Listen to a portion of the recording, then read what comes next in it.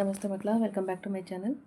ಇವತ್ತು ನಾವು 10ನೇ ತರಗತಿಯ ಭಾಗ 2ರಲ್ಲಿ ಕಡ್ಡಾಯ ನಿಯಮಗಳು, ವ್ಯಾಖ್ಯಾನಗಳು, ವ್ಯತ್ಯಾಸಗಳು, ಗುಣಲಕ್ಷಣಗಳು ಹಾಗೂ ಉಪಯೋಗಗಳನ್ನು ನೋಡ್ತಾ ಹೋಗೋಣ ಮಕ್ಕಳ.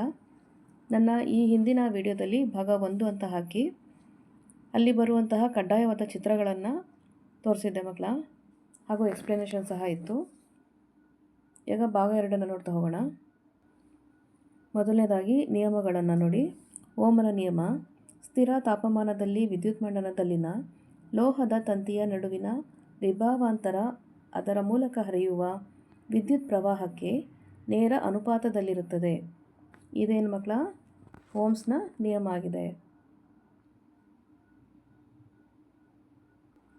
ನೆಕ್ಸ್ಟ್ ನೋಡಿ, ಜೌಲನ ಉಷ್ಣೋತ್ಪಾದನಾ ನಿಯಮ: ಒಂದು ರೋಧಕದ ಮೂಲಕ ವಿದ್ಯುತ್ ಹರಿಯುವಾಗ ಬಿಡುಗಡೆಯಾಗುವ ಉಷ್ಣವು ರೋಧಕದಲ್ಲಿ ಹರಿಯುವ ವಿದ್ಯುತ್ ಪ್ರವಾಹದ ವರ್ಗಕ್ಕೆ ನೇರ ಅನುಪಾತದಲ್ಲಿ ರೋಧಕಕ್ಕೆ ಮತ್ತು ವಿದ್ಯುತ್ ಪ್ರವಾಹದ ಕಾಲಕ್ಕೆ ನೇರ ಅನುಪಾತದಲ್ಲಿ ಇರುತ್ತದೆ. ನೆಕ್ಸ್ಟ್ ನೋಡಿ, ಫ್ಲೆಮಿಂಗನ ಎಡಗೈ ನಿಯಮ: ಎಡಗೈನ ಹೆಬ್ಬೆರಳು, ತೋರು ಬೆರಳು ಮತ್ತು ಮಧ್ಯದ ಬೆರಳುಗಳನ್ನು ಪರಸ್ಪರ ಲಂಬವಾಗಿ ಇರಿಸಿದಾಗ, ಚಿತ್ರದಲ್ಲಿ ನೋಡ್ತಾ ಇರ್ಬೋದು ನೀವು, ತೋರು ಬೆರಳು ಕಾಂತಕ್ಷೇತ್ರ ದಿಕ್ಕನ್ನು, ಮಧ್ಯದ ಬೆರಳು ವಿದ್ಯುತ್ ಪ್ರವಾಹದ ದಿಕ್ಕನ್ನು ಹಾಗೂ ಹೆಬ್ಬೆರಳು ವಾಹಕವು ಅನುಭವಿಸುವ ಯಾಂತ್ರಿಕ ಬಲದ ದಿಕ್ಕನ್ನು ಸೂಚಿಸುತ್ತದೆ. ನೆಕ್ಸ್ಟ್ ನೋಡಿ, ಬಲಗೈ ಹೆಬ್ಬೆರಳು ನಿಯಮ: ಮ್ಯಾಕ್ಸ್ವೆಲ್ಲನ ಪಾರ್ಕ್ ಸ್ಕ್ರೂ ನಿಯಮ. ಓಕೆ, ಬಲಗೈಯಲ್ಲಿ ವಿದ್ಯುತ್ ಪ್ರವಹಿಸುತ್ತಿರುವ ವಾಹಕವನ್ನು ಹಿಡಿದುಕೊಂಡಿದ್ದೇವೆ ಎಂದು ಭಾವಿಸಿದಾಗ ಹೆಬ್ಬೆರಳು ವಿದ್ಯುತ್ ಪ್ರವಾಹದ ದಿಕ್ಕನ್ನು ಮತ್ತು ಉಳಿದ ಬೆರಳುಗಳು ಕಾಂತಕ್ಷೇತ್ರದ ದಿಕ್ಕನ್ನು ಸೂಚಿಸುತ್ತದೆ. ಡಯಾಗ್ರಾಮ್ ನೋಡಿ ಮಕ್ಕಳ. ನೆಕ್ಸ್ಟ್ ನೋಡಿ, ವ್ಯಾಖ್ಯಾನಗಳು. ಆಹಾರ ಸರಪಳಿ: ಒಂದು ಪರಿಸರ ವ್ಯವಸ್ಥೆಯಲ್ಲಿ ಶಕ್ತಿ ಮತ್ತು ಪೋಷಕಾಂಶಗಳು ಒಂದು ಜೀವಿಯಿಂದ ಇನ್ನೊಂದು ಜೀವಿಗೆ ವರ್ಗಾವಣೆಯಾಗುವುದಕ್ಕೆ ಆಹಾರ ಸರಪಳಿ ಎನ್ನುವರು. ಅಂದರೆ ಫುಡ್ ಚೈನ್ ಮಕ್ಕಳ. ಪಕ್ಕದಲ್ಲಿ ಕೊಟ್ಟಿರುವಂತಹ ಪಿಕ್ಚರ್ನ ನೋಡಿ, ಫುಡ್ ಚೈನ್ ನಿಮಗೆ ನೀಟಾಗಿ ಅರ್ಥ ಆಗುತ್ತೆ.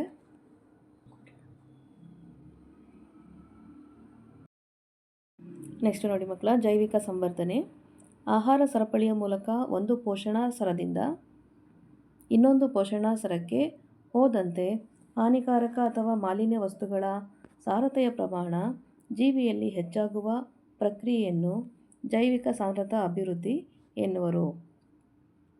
ಪಕ್ಕದಲ್ಲಿ ಡಯಾಗ್ರಾಮ್ ಇದೆ ನೋಡಿ ಮಕ್ಕಳ. ನೆಕ್ಸ್ಟ್ ನೋಡಿ, ಅನುರೂಪ ಶ್ರೇಣಿ: ಒಂದೇ ಕ್ರಿಯಾ ಗುಂಪು ಕಾರ್ಬನ್ ಸರಪಳಿಯಲ್ಲಿನ ಹೈಡ್ರೋಜನ್ ಅನ್ನು ಸ್ಥಾನಪಲ್ಲಟಗೊಳಿಸುವ ಸಂಯುಕ್ತಗಳ ಸರಣಿಯನ್ನು ಅನುರೂಪ ಶ್ರೇಣಿಗಳು ಅಂತ ಕರೀತಾರೆ. ಇಲ್ಲಿರುವಂತಹ ಡಯಾಗ್ರಾಮ್ನ ನೋಡಿದ್ರೆ ನಿಮಗೆ ನೀಟಾಗಿ ಅರ್ಥ ಆಗುತ್ತೆ ನೋಡಿ. ಮಿಥೇನ್ ಹಾಗೂ ಎಥೇನ್ ಅಂತ ಕೊಟ್ಟಿದ್ದಾರೆ, ಹಾಗೂ ಪ್ರೊಪೇನ್ ಹಾಗೂ ಬುಟೇನ್ ಅಂತ ಕೊಟ್ಟಿದ್ದಾರೆ. ಇದನ್ನು ನೀಟಾಗಿ ನೆನಪಿಟ್ಕೊಂಡ್ರೆ ನಿಮಗೆ ಎಕ್ಸ್ಪ್ಲನೇಷನ್ ಬರೆಯೋದು ಈಸಿ ಆಗುತ್ತೆ ಮಕ್ಕಳ. ನೆಕ್ಸ್ಟ್ ನೋಡಿ, ರಚನಾ ಸಾಮಗ್ರಿಗಳು: ಒಂದೇ ಅಣುಸೂತ್ರ ಆದರೆ ವಿಭಿನ್ನ ರಚನೆ ಹೊಂದಿರುವ ಇಂತಹ ಸಂಯುಕ್ತಗಳನ್ನು ರಚನಾ ಸಾಮಗ್ರಿಗಳು ಎನ್ನುವರು. ತುಂಬ ಇಂಪಾರ್ಟೆಂಟ್ ಕ್ವಶನ್ಸ್ ಮಕ್ಕಳ ಇವೆಲ್ಲ. ನೆಕ್ಸ್ಟ್ ನೋಡಿ, ಪರಾವರ್ತಿತ ಕ್ರಿಯೆ: ಪರಿಸರದಲ್ಲಿ ಉಂಟಾಗುವ ಹಠಾತ್ ಪ್ರಕ್ರಿಯೆಯನ್ನು ಪರಾವರ್ತಿತ ಕ್ರಿಯೆ ಎಂದು ಕರೆಯುವರು. ಅದಕ್ಕೆ ಸಂಬಂಧಪಟ್ಟಂತಹ ಡಯಾಗ್ರಾಮ್ ಇದೆ ನೋಡಿ. ನೆಕ್ಸ್ಟ್ ನೋಡಿ ಮಕ್ಕಳ, ಉಪಯೋಗಗಳು.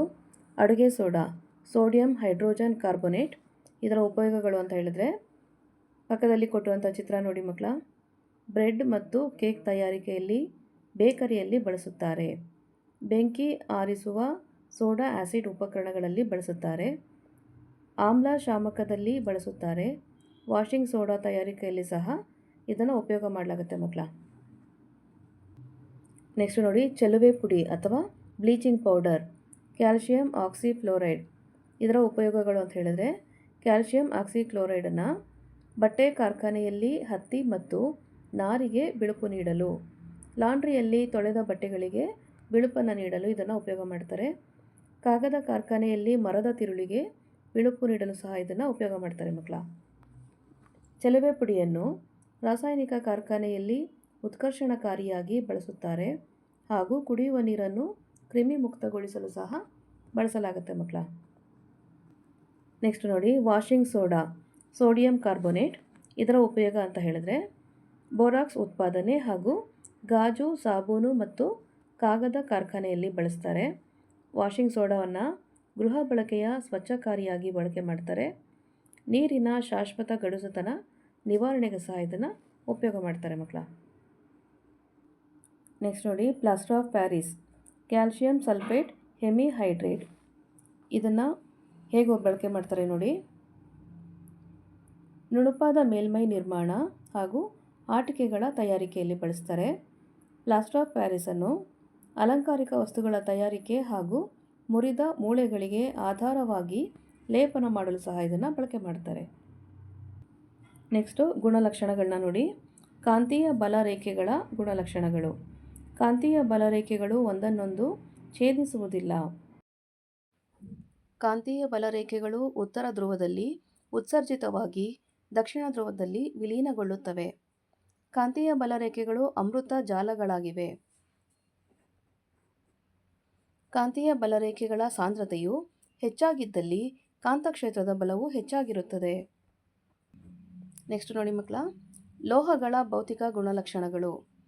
ಲೋಹಗಳು ಕೊಠಡಿ ಉಷ್ಣತೆಯಲ್ಲಿ ಸಾಮಾನ್ಯವಾಗಿ ಘನ ಸ್ಥಿತಿಯಲ್ಲಿ ಇರುತ್ತವೆ. ಇಲ್ಲಿರುವಂತಹ ಚಿತ್ರವನ್ನು ಗಮನಿಸಿ ಮಕ್ಕಳ. ಹಾಗೆಯೇ ಲೋಹಗಳು ತನ್ಯತೆ ಮತ್ತು ಕುಟ್ಯತೆ ಗುಣವನ್ನು ಹೊಂದಿವೆ. ಲೋಹಗಳು ಹೊಳೆಯುತ್ತವೆ. ಲೋಹಗಳು ಉಷ್ಣ ಮತ್ತು ಉತ್ತಮ ವಿದ್ಯುತ್ ವಾಹಕಗಳಾಗಿವೆ. ಲೋಹಗಳ ದ್ರವಣ ಬಿಂದು ಮತ್ತು ಕುದಿ ಬಿಂದು ಹೆಚ್ಚು. ನೆಕ್ಸ್ಟ್ ನೋಡಿ ಮಕ್ಕಳ, ವ್ಯತ್ಯಾಸಗಳನ್ನ ನೋಡ್ತಾ ಹೋಗೋಣ. ಸರಣಿ ಮತ್ತು ಸಮಾಂತರ ಜೋಡಣೆ, ಉತ್ಕರ್ಷಣೆ ಮತ್ತು ಅಪಕರ್ಷಣೆ, ಅಂತರುಷ್ಣಕ ಮತ್ತು ಬಹಿರ್ನುಷ್ಣಕ, ಪೀನ ದರ್ಪಣ ಮತ್ತು ನಿಮ್ನ ದರ್ಪಣ, ಪೀನ ಮಸೂರ ಮತ್ತು ನಿಮ್ನ ಮಸೂರ, ಸಂಕಲನ ಕ್ರಿಯೆ ಹಾಗೂ ಆದೇಶ ಕ್ರಿಯೆ. ಇವುಗಳ ನಡುವಿನ ವ್ಯತ್ಯಾಸಗಳನ್ನ ತಿಳ್ಕೊಳ್ತಾ ಹೋಗೋಣ. ನೋಡಿ, ಮೊದಲಿಗೆ ಸರಣಿ ಜೋಡಣೆ ಹಾಗೂ ಸಮಾಂತರ ಜೋಡಣೆ. ಈ ಜೋಡಣೆಯು ವಿದ್ಯುತ್ ಉಪಕರಣಗಳ ಮೂಲಕ ವಿದ್ಯುತ್ ಪ್ರವಾಹವನ್ನು ವಿಭಜಿಸುವುದಿಲ್ಲ.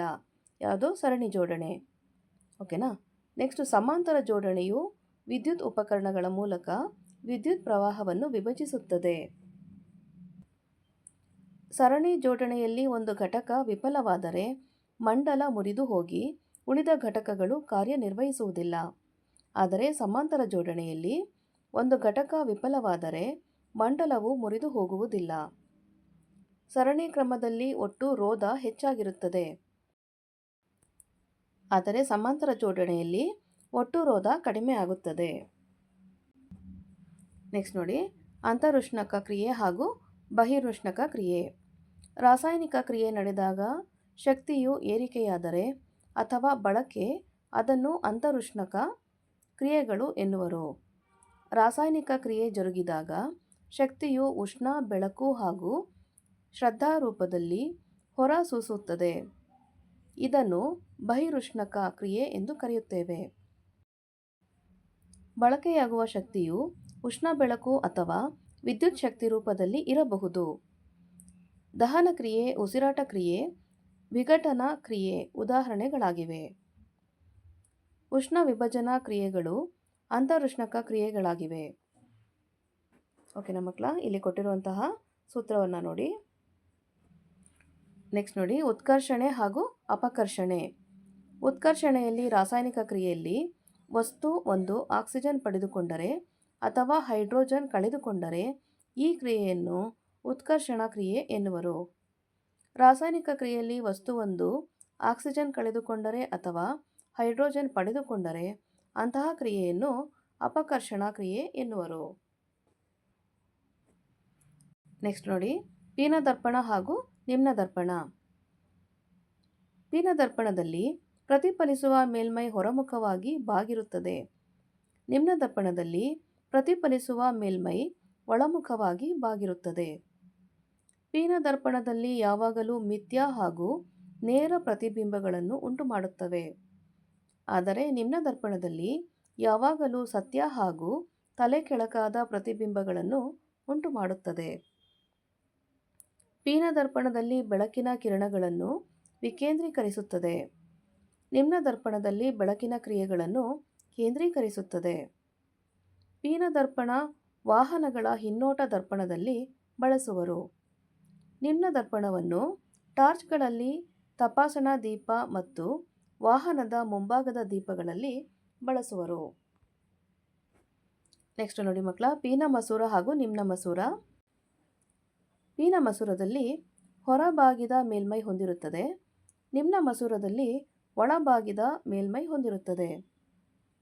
ಪೀನ ಮಸೂರದಲ್ಲಿ ಅಂಚುಗಳು ತೆಳುವಾಗಿದ್ದು ಮಧ್ಯದಲ್ಲಿ ದಪ್ಪನಾಗಿರುತ್ತದೆ. ನಿಮ್ನ ಮಸೂರದ ಅಂಚುಗಳು ದಪ್ಪವಾಗಿದ್ದು ಮಧ್ಯದಲ್ಲಿ ತೆಳುವಾಗಿರುತ್ತದೆ. ಬೆಳಕಿನ ಕಿರಣಗಳನ್ನು ಕೇಂದ್ರೀಕರಿಸುತ್ತದೆ. ಯಾವುದು ಮಕ್ಕಳ? ಪೀನ ಮಸೂರ. ಅದೇ ನಿಮ್ನ ಮಸೂರ ಬೆಳಕಿನ ಕಿರಣಗಳನ್ನು ವಿಕೇಂದ್ರೀಕರಿಸುತ್ತದೆ. ನೆಕ್ಸ್ಟ್ ನೋಡಿ, ಸಂಕಲನ ಕ್ರಿಯೆ ಹಾಗೂ ಆದೇಶನ ಕ್ರಿಯೆ. ಸಂಕಲನ ಕ್ರಿಯೆಯಲ್ಲಿ ಅಪರ್ಯಾಪ್ತ ಹೈಡ್ರೋಕಾರ್ಬನ್ಗಳು ಅಥವಾ ನಿಕ್ಕಲ್ನಂತಹ ಕ್ರಿಯಾವರ್ಧಕದ ಸಮ್ಮುಖದಲ್ಲಿ ಹೈಡ್ರೋಜನ್ ಅನ್ನು ಸೇರಿಕೊಂಡು ಪರ್ಯಾಪ್ತ ಹೈಡ್ರೋಕಾರ್ಬನ್ಗಳಾಗಿ ಬದಲಾಗುವುದಕ್ಕೆ ಸಂಕಲನ ಕ್ರಿಯೆ ಎನ್ನುವರು. ಉದಾಹರಣೆ ಅಂತ ಹೇಳಿ ಸಸ್ಯಜನ್ಯ ಮತ್ತು ಪ್ರಾಣಿಜನ್ಯ ಕೊಬ್ಬುಗಳ ಕ್ರಿಯೆ. ನೆಕ್ಸ್ಟ್ ನೋಡಿ, ಆದೇಶನ ಕ್ರಿಯೆಯಲ್ಲಿ ಒಂದು ಪ್ರಕಾರದ ಪರಮಾಣುಗಳು ಅಥವಾ ಪರಮಾಣು ಗುಂಪುಗಳು ಇನ್ನೊಂದರ ಸ್ಥಾನವನ್ನು ಪಲ್ಲಟಗೊಳಿಸುವುದರಿಂದ ಉಂಟಾಗುವ ಕ್ರಿಯೆಯನ್ನು ಆದೇಶನ ಕ್ರಿಯೆ ಎನ್ನುವರು. ಉನ್ನತ ಅನುರೂಪ ಅಲ್ಕಿನ್ಗಳೊಂದಿಗೆ ಸಾಮಾನ್ಯವಾಗಿ ಹೆಚ್ಚಿನ ಸಂಖ್ಯೆಯ ಉತ್ಪನ್ನಗಳು ಉಂಟಾಗುತ್ತವೆ. ಮಕ್ಕಳ, ಇಲ್ಲಿಗೆ ಭಾಗ 2ರಲ್ಲಿ ಬರುವಂತಹ ಕಡ್ಡಾಯ ನಿಯಮಗಳು, ವ್ಯಾಖ್ಯಾನಗಳು, ವ್ಯತ್ಯಾಸಗಳು, ಗುಣಲಕ್ಷಣಗಳು ಹಾಗೂ ಉಪಯೋಗಗಳನ್ನು ತಿಳ್ಕೊಂಡಿದ್ದೇವೆ ಮಕ್ಕಳ. ಈ ಒಂದು ವಿಡಿಯೋ ನಿಮ್ಗೆ ಇಷ್ಟ ಆದಲ್ಲಿ ದಯವಿಟ್ಟು ನಮ್ಮ ಚಾನಲ್ನ ಲೈಕ್ ಮಾಡಿ, ಶೇರ್ ಮಾಡಿ, ಸಬ್ಸ್ಕ್ರೈಬ್ ಮಾಡಿಕೊಂಡು ನಾವು ಹಾಕುವಂಥ ಎಲ್ಲ ವಿಡಿಯೋ ನೋಡ್ತಾ ನಮ್ಮನ್ನು ಎನ್ಕರೇಜ್ ಮಾಡ್ತಾ ಹೋಗಿ ಮಕ್ಕಳ. Thank you for watching. Bye bye.